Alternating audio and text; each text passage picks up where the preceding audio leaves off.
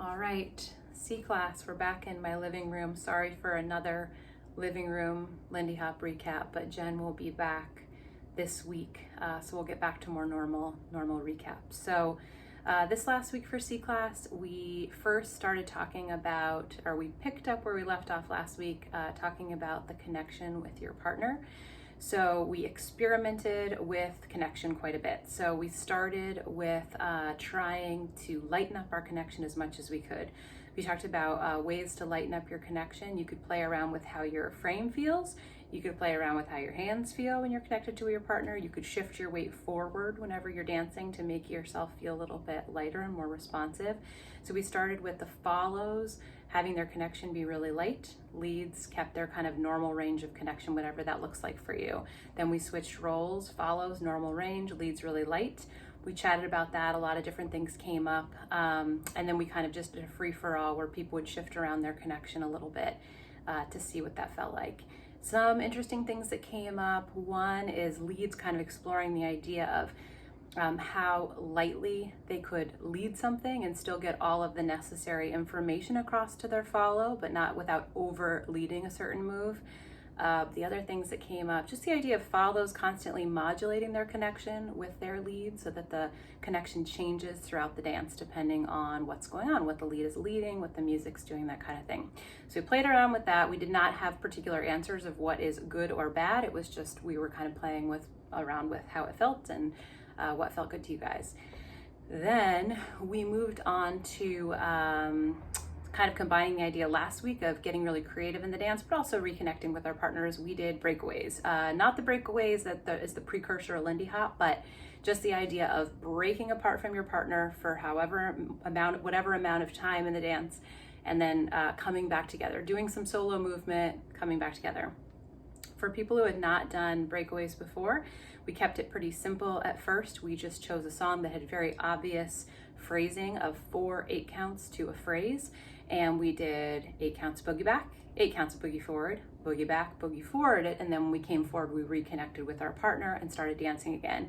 We talked about for follows, sometimes it's nice if you know that your partner's hearing the phrasing the same way you are, you're pretty sure you're gonna reconnect on that 4th 8 count. Just have your hands in kind of that nice like neutral follow space. My hands don't quite get on the video, but in that neutral follow space beside you, so that your partner can kind of come around and scoop you up. That's sort of handy to make it a smooth transition back into the dance.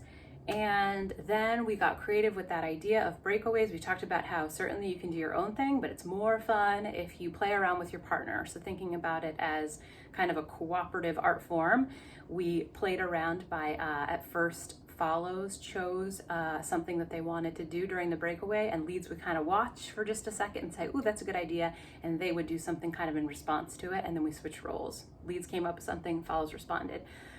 General feedback from the class was that leads loved having follows initiate some sort of creative movement that they responded to. That was a fun sort of role reversal change. So we'll keep doing exercises like this to encourage follows to come up with their own material. And it was really fun. You guys came up with all kinds of fun stuff, but it's fun to play with your partner in terms of where you're moving. If you're moving back away from each other and back together, maybe you're chasing each other a little bit back and forth doing a certain movement.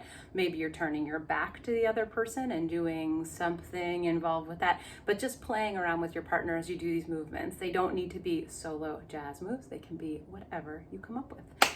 So I think those are all the big points of the class. I think I'm missing something. Let me look at our notes real quick from,